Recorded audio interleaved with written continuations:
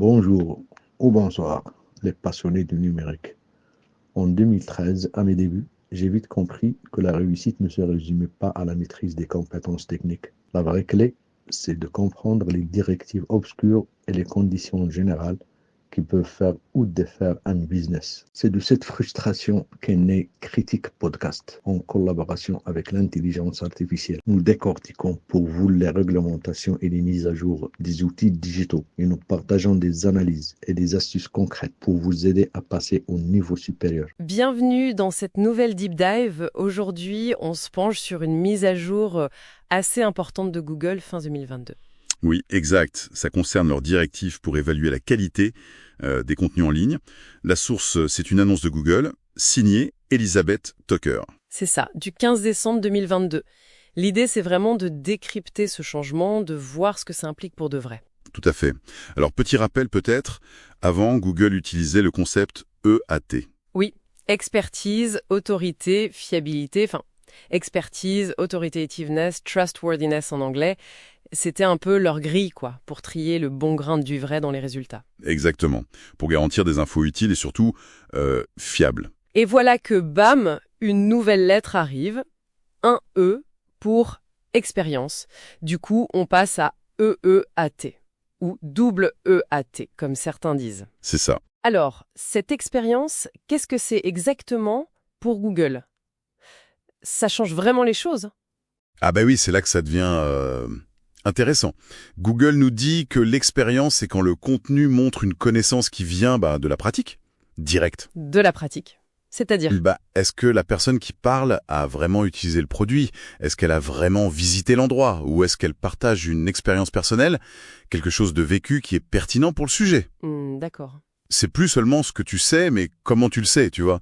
Est-ce que ça vient des livres ou est-ce que ça vient du terrain ? Ok, l'idée du vécu, Il donnait un exemple, je crois, avec les impôts. Oui, exactement. Pour savoir comment remplir ta déclaration, tu vas chercher un expert comptable. Ça, c'est l'expertise classique, le premier E. Logique. Mais si tu cherches un avis sur un logiciel spécifique pour faire cette déclaration, là, tu vas peut-être chercher des avis d'autres utilisateurs. Ah oui, sur un forum, par exemple. Voilà, des gens qui l'ont vraiment utilisé, qui savent les petits bugs, les avantages au quotidien. Ça, c'est l'expérience. Le nouveau E. C'est malin. Google admet que la meilleure source, ça dépend de ce que tu cherches, en fait. C'est ça. Ça colle plus à la réalité de comment on cherche l'info, nous tous. Oui, c'est vrai que quand on achète, un appareil photo, on lit les tests des pros, mais on va aussi éplucher les commentaires des acheteurs pour voir si c'est solide, si la batterie tient, ce genre de trucs. Tout à fait. Mais alors, question. Est-ce que ça n'ouvre pas la porte à des retours d'expérience un peu trop subjectifs ou même difficiles à vérifier ? Comment ça s'équilibre avec la fiabilité, le T de trustworthiness qui était si important ? Très bonne question, et c'est sans doute un des défis. Google insiste bien là-dessus, la fiabilité et le trust, ça reste la base, le pilier central. Ah ok.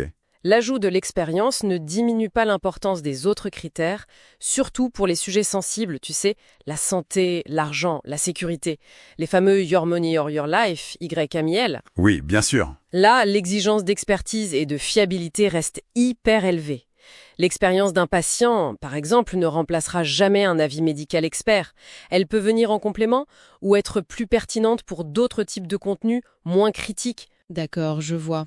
Donc ce n'est pas l'expert contre le témoin lambda, c'est plutôt reconnaître que l'expérience directe, le vécu, ça a aussi une vraie valeur informative. Google parle aussi beaucoup de contenu people first. Ça veut dire quoi dans ce contexte ? Le contenu people first, c'est l'idée de créer du contenu d'abord pour les gens, pour être vraiment utile, pour répondre à un besoin réel, plutôt que d'essayer juste de cocher des cases pour l'algorithme. Ok. Et l'ajout de l'expérience, ça va dans ce sens.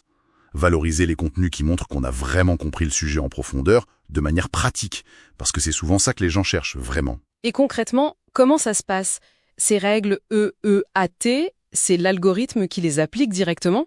Alors non, pas exactement comme ça. Ces directives, elles sont d'abord écrites pour les évaluateurs humains de Google, les Quality Raters. Ah oui, ces personnes qui testent les résultats de recherche. Voilà.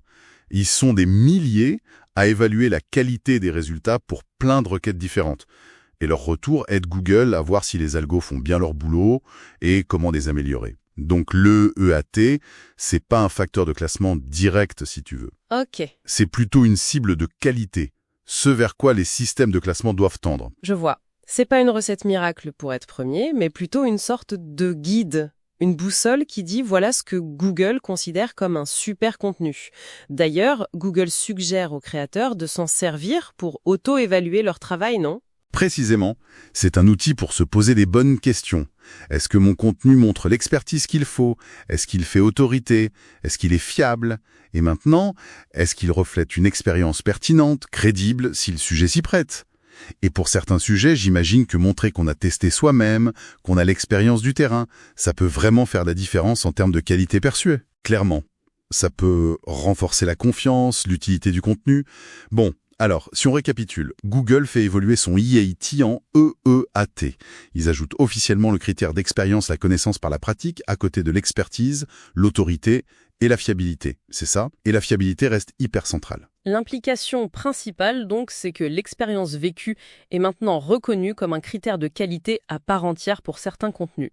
Ça complète, ou parfois même, ça peut être plus pertinent que l'expertise purement théorique, selon la recherche de l'utilisateur. Exactement. Ce qui nous amène à une dernière réflexion, un peu pour ouvrir la discussion. Si l'expérience perso est maintenant valorisée au même niveau potentiellement que l'expertise certifiée, comment ça pourrait changer le type de contenu qui marche en ligne ? Bonne question. Est-ce qu'on va avoir plus de voix différentes, considérées comme crédibles ou à l'inverse? Est-ce que ça va être plus dur de faire la part des choses entre une vraie expérience et quelque chose de bien raconté mais inventé? Qu'est-ce qui nous dit qu'un récit super convaincant est vrai?